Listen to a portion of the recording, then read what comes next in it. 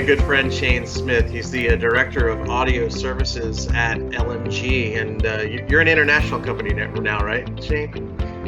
Correct. Our parent company, Entertainment Technology Partners, now has some partners over in London that we work with on a regular basis. Yeah. Nice. Shane and I have been working together for a while now, and I thought he would be just a wonderful person for us to bring in on our Tech Connect series to talk a little bit about his experience with Shure. So we do have some questions lined up. You ready to go? Yeah, let's do this. All right. Shane, what is your role at LMG, and how long have you been with the company? Well, Craig, I have been at LMG for about 16 years now. My role currently is Director of Audio Services at LMG, which means I'm responsible for the audio product that comes out of our three business units, live events, touring, and integration. 9 years of that 16 years, I was a show tech out engineering, mixing various events for LMG. And then just the last 7 years, I've been heading up and leading the company as a whole. And what's your background in the industry that got you to LMG in the first place? Sure, it's a really good story, and I think as I kind of elaborate on this when we get to the end about how I finally got to LMG. I think one thing that's important is it all comes down to relationships. So let me start from the beginning. I kind of have always been a fan of music. I was a drummer, band in high school, and always enjoyed music and playing music. Decided that I wanted to be a recording engineer, so I went to Middle Tennessee State University and graduated Middle Tennessee State University with a Bachelor of Science in Recording Industry degree. That was great, but upon graduation, I found myself working three jobs in a kind of a triangle of driving around Nashville area, working on campus still, building some racks and building cable and helping out with the events team on campus. I worked part-time in a studio in downtown Nashville, and then I also mixed live bands at a dive bar in Lebanon, Tennessee, 4 nights a week. So I was kind of working this triangle really to make a living, and then I got a call from Disney, who had previously recruited through Middle Tennessee State University when I was a senior, and got offered a full-time job with benefits, and didn't think too long about that and said, yes, I will do that, and headed out to Orlando, Florida, where I worked at Disney for 8 years. And when I was at Disney, I worked in special events and corporate events on the events team there at Disney. And one thing about Disney is you have different blackout dates that you can't take time off, which are targeted around the holidays, right? That's when everyone's going to Disney. From working in the events industry, we weren't working around holidays anyways, right? We weren't working in the theme park. So what some of us that worked at Disney found that we could do is take off like a month in January or more month in February and do some freelance work and work for some other companies throughout the beginning of the year, make a little extra money. So that was really how I got connected with LMG, was initially freelancing for LMG when I took some of that time off with Disney and making a good impression and building a relationship with the company. And then when LMG decided to open up their office in Las Vegas, they needed a full-time audio engineer out there to support that office, and they asked me if I was interested. I was single at the time, no obligations, and I said, sure, I'll do it. I'll head to Vegas, and so that's kind of the how I got from the beginning to where we are now. Gotcha. Yeah. So you obviously have done a lot in our industry. Finally landing at LMG and certainly making a nice long career there. But curious. What's your experience with Shure? What first attracted you to Shure products? That's a good question, Craig, I would say that it wasn't necessarily an attraction, rather than it was the product that I was put in front of me that I needed to work with and operate. Obviously put there for a reason, a good reliable product. So really my first experience or attraction, I would say, was probably with the SM58 microphone, someplace in the recording studio somewhere along the way, right? And then as I kind of moved through doing more live events stuff through my career, the very first wireless product that was put in front of me was a Shure UHF wireless product, and that was a real robust, great tool for the job, and served served some people even today in some places, I'm sure. Yeah. So it's Shure's always had a good track record in that wireless space. Nice. So as you're bringing up wireless, it's probably good to mention that LMG was an early adopter of Axient Digital, and I'm curious to know. Obviously, you had choices that you could make when you were going to make an upgrade like that for LMG as a brand. What was it that? What features was it that attracted you to Axient Digital? It's a good question. There are definitely a couple of choices, and we looked at a couple of different options out there. When it came down to it, I think the primary drivers of investing in the Axient Digital product, take the FCC part out of it, right? Everyone kind of had to make a move there, but the LMG has always been predominantly Shure rental house, and so we already had that history and had a good experience with the product there.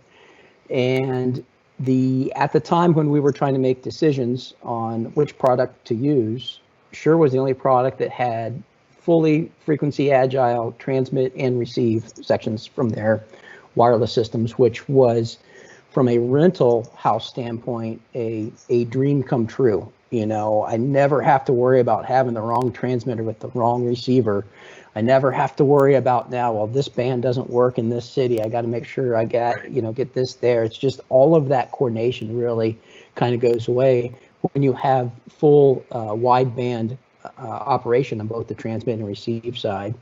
And then also being, some of the technology that Axient Digital brings to the table, from the predecessor of the analog Axient with ShoreLink capabilities. Mm-hmm.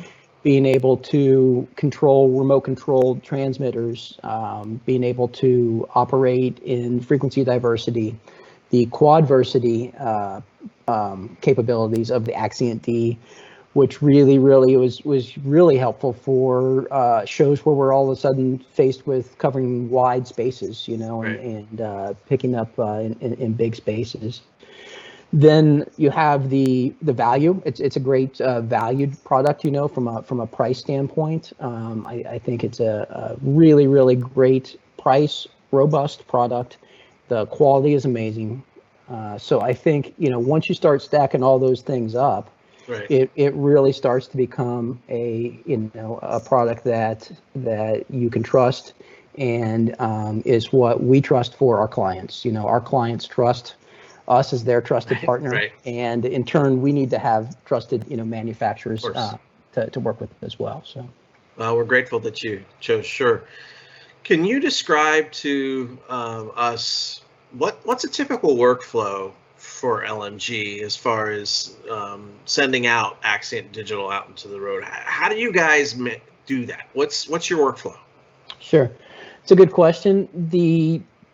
Way before me at LMG, we have been really built around packages of wireless, from 8-pack of wireless and a 4-pack of wireless. So we really have those two offerings, when we rent stuff. And with those two offerings of wireless packages, every one, if it's an 8-pack or a 4-pack, is a combo. So you have a handheld and a lavalier, 8 of each in the 8-pack, 4 of each in the 4-pack, an antenna distro, And now with the Axient Digital stuff, rechargeable batteries. And what we practice is we always have 8 batteries charging when 8 are in show. So each one of our 8 packs comes with twice as many batteries that you need to operate. And that's purely from a standpoint of we don't know what the show situation is going to be like. It might be a marathon of a show, and we might just be able to have to rotate batteries in. So that's pretty much it, and we just kind of stack those up if you need 8, 12, 16, or whatever. Gotcha. That's kind of how that's packaged. We also package with paddle antennas. We do have an upgrade option of ShowLink capability and the ADX packs if that type of level is needed for the event. Gotcha. So I'm sure that since you've made the switch to Axient Digital, you've certainly recognized how efficient of a system it is. Not just in spectrum efficiency, but certainly a lot of other ways. But do you have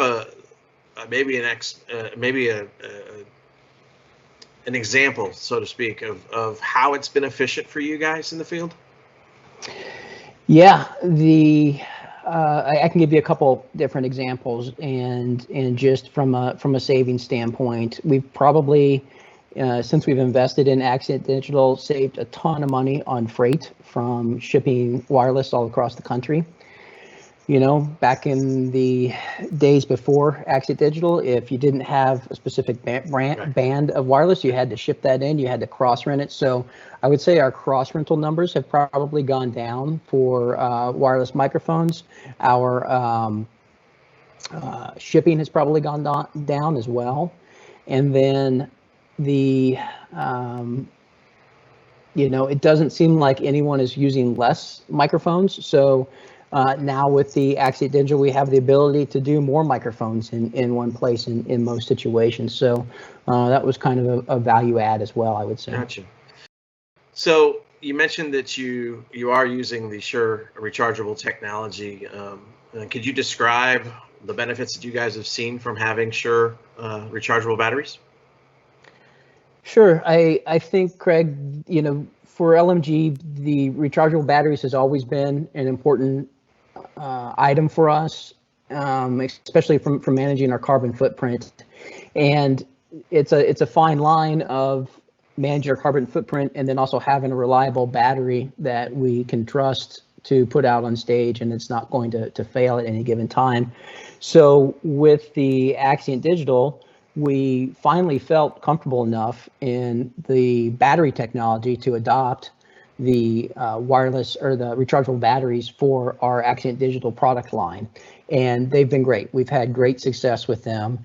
We've also since started rolling in some rechargeable batteries for our PSM 1000 line as well, especially when we're sending ears out on tour. So I think that the industry as a whole is really starting to accept wireless batteries and have trust in the wireless battery technology now more than years ago. So we've seen that grow as well, and we invest in additional rechargeable batteries for some PSM 1000s that we have in our inventory as well as tours go out and request that. Gotcha. So as you move forward with Shure products, are there any recommendations that you would give to others in our industry about Shure, a 95-year-old company, and the products that we make?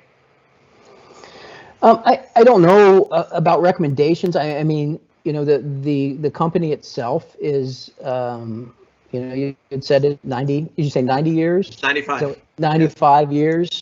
So that kind of almost says it all right there. They must be doing something right if they've been around for 95 years. I can just tell you, Craig, that like my experience with Shure, anytime working, directly with the manufacturers or any of their reps, that tech support has been amazing. It's been top notch, real responsive, real quick turnaround for any technical issues that might come up. I think Shure does a really good job of being innovative and coming up with unique solutions for different problems.